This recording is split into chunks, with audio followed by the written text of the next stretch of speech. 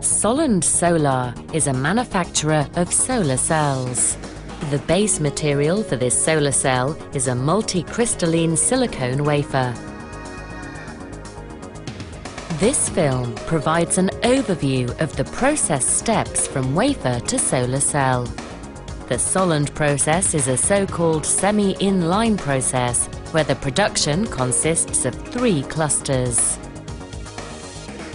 The wafers arrive in boxes of 100 pieces and are placed in the unstacker. This unstacker separates the very thin and sensitive wafers and places them on the 5-row track of the first process cluster. The first step is a wet chemical etching step. This step cleans the wafer and removes sawing marks that result from the wafer production. Furthermore, a special texture is created on the wafer in order to reduce the reflection of sunlight. The next step is the phosphor deposition, where phosphor is sprayed on the wafer as part of the diffusion process. After the phosphor spray-on, the wafer is transported through the diffusion furnace, where the phosphor is diffused into the wafer. During this diffusion, a p-n junction is created in the wafer. This p-n junction separates the electron-hole pairs that are generated by the incoming sunlight and is responsible for the voltage between the 2 sides of the cell.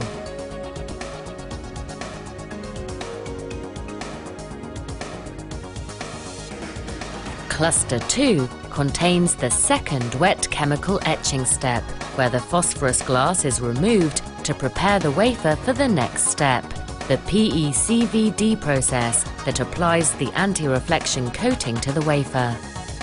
This PECVD process takes place under vacuum, where a plasma is applied to create a very thin layer of silicon nitride.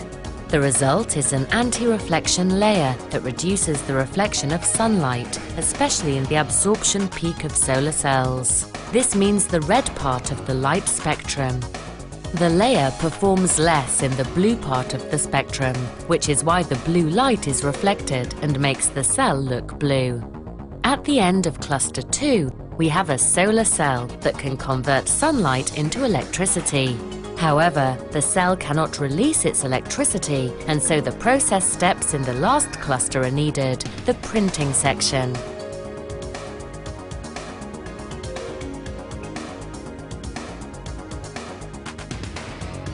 In the printing section, first of all, the front grid and the so-called busbars are printed with silver paste. On the rear side, 2 busbars are printed as well.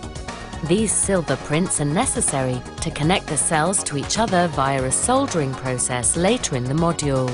Then, the rear side is printed with aluminium.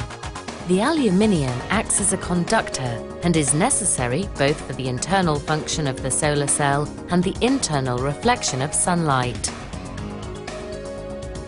The prints are dried and burned into the cell in order to maximize the adhesion of the printed metal lines to the cell.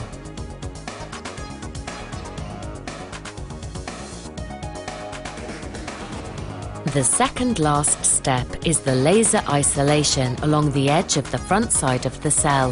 This is to make sure that the front and back of the cell are electrically separated.